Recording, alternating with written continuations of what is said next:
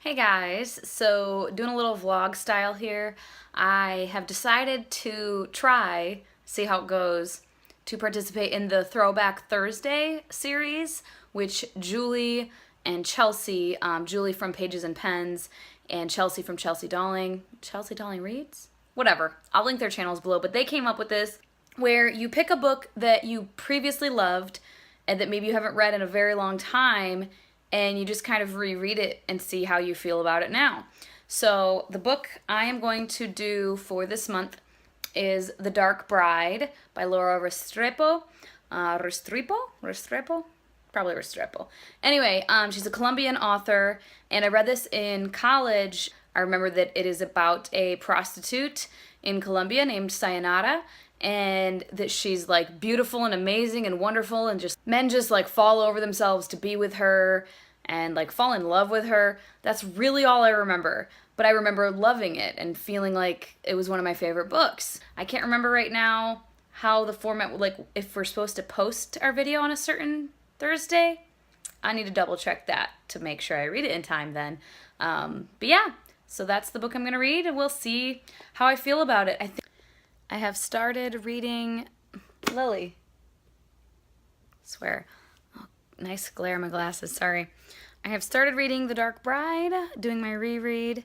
I'm not too far into it, but so far I am remembering why I really liked it. But I'm interested to see how it keeps going, because I just remember having this like magical feeling like while reading it. And it's been so long that I just kind of forgot why I felt that way. So I'm definitely interested to check it out. But Sayonara is, I'm quickly remembering why I liked her so much as a character. Anyway, yeah, excited to get further into it. Probably will read some more tonight. I'm trying to read right now, so as you may or may not be able to tell, I am a little bit sick. Yeah, I'm trying to get some reading done today for The Dark Bride. I'm like a little over halfway, and yeah, I gotta finish this. Hopefully I can make some progress while I sit here and the boyfriend cooks. So I'm at the part now where the love story is getting kind of ramped up, I guess. It's super like angsty and dramatic and tragic, and yeah, things that like in normal modern life, you wouldn't be that dramatic. Definitely like fantastical. And I feel like that's why I remember liking it so much. It's almost like this little a bit of like magic.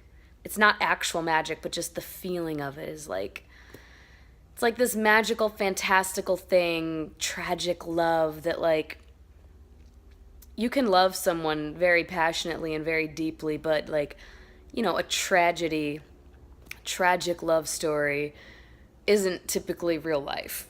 It's this love triangle, and the two men loving the same woman, and one loving her like his whole life, and then he realizes that she loves this other man, and it's like the description of it is so like heart-wrenching. He says, I only had to see how they looked at each other to know everything. I felt a sharp pain in my gut and a great desire to fall dead. Then came a nausea, like a sour mouthful, the quiet taste of death.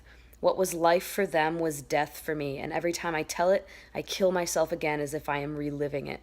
The world was paralyzed for me, and it became night in the middle of the day, as if the images had fled and all that remained around me was a nothingness frozen in black and white while I burned over hot coals.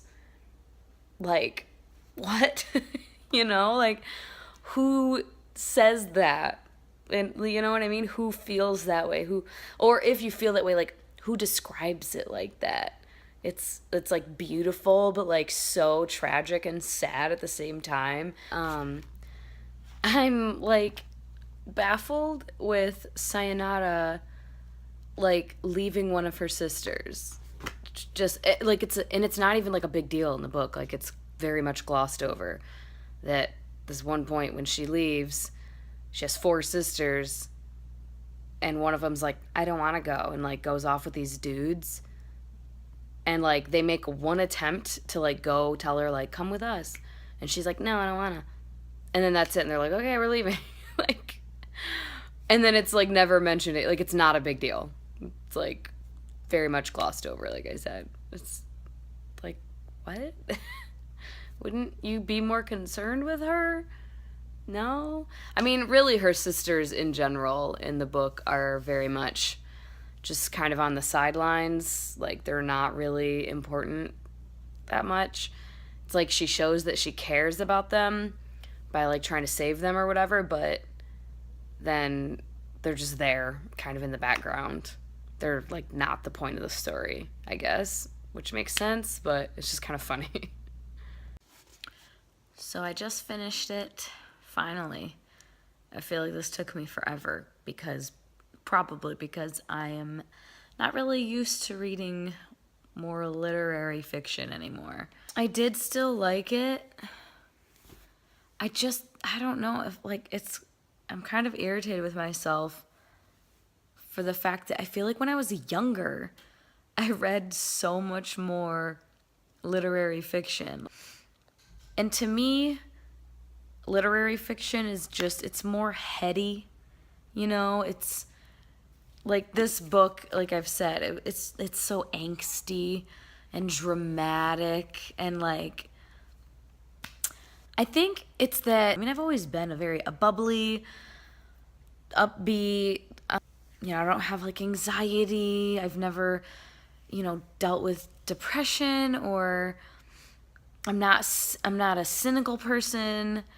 No, I'm not saying depression and cynicism are linked. I'm just listing things that, like, I'm just naturally a more positive, optimistic, and at the same time, like, rational and realistic person. So reading this novel, which is essentially about the downfall of this little red light district, essentially, in this little town. There was the oil company nearby, and it's the downfall of the oil company, or that camp at the oil company anyways, and then of the little prostitute's barrio. But yeah, so it's like the downfall of this, and it's one of these things, I'm trying to figure out how to explain this. Like, in the grand scheme of things, there were probably so many different aspects that went into all of the changes that came into place to make this, you know, Petrolo camp and this barrio, like, kind of go under. But this novel is saying it was all because of this one girl and because she loved the wrong man. And, like, the man wasn't even important. He was a Petrolo. He worked at the oil company, but he wasn't even, like, anybody important. And, like, yes, you can find connections, and it was all because of their forbidden love. I kind of just who I am as a person. It's beautiful writing, and so I enjoy that. But the whole overall concept, I'm just kind of like, well, that's not why all this stuff happened, because they're love. I love love. But yeah, it's just, that's how it is with literary fiction a lot. I'm like, you guys are being really dramatic. Oh, she's back there. She's so interested. But yeah, it's just not really my jam so much anymore. Like, I enjoy it, but, like, I don't. It just felt, like, really anticlimactic, too. It was like the whole book was build up for, like, this tragedy, right? And then, I mean, I've already given spoilers here. But, big spoiler, that this big tragedy at literally the last page is like, oh, she left and never came back. What? Okay, that's all. So I kind of summed up there in that last one how I ended up feeling about it. Yeah, I'm gonna say 3.5 stars now. And I didn't rate it previously on Goodreads. I think I've said before, I didn't start actually using Goodreads really until like the last year. Yeah, I remember loving it a lot more, and I still enjoyed it a lot. I mean, 3.5 isn't like bad, of course, but I gave it that mostly because the writing is great and beautiful and poetic, and some of the characters are just so well. Todos los Santos, she's kind of Sayonara's like mother, her adopted mother, basically. And she's great and hilarious and like just drops these like little bits of wisdom here and there that are just amazing. And she has a very realistic view of the world, you know? Some of the other prostitutes and Sayonara especially that are kind of off in La La Land and in this fantasy world, which was this whole book, I felt, like I said. But Todos los Santos was just very practical.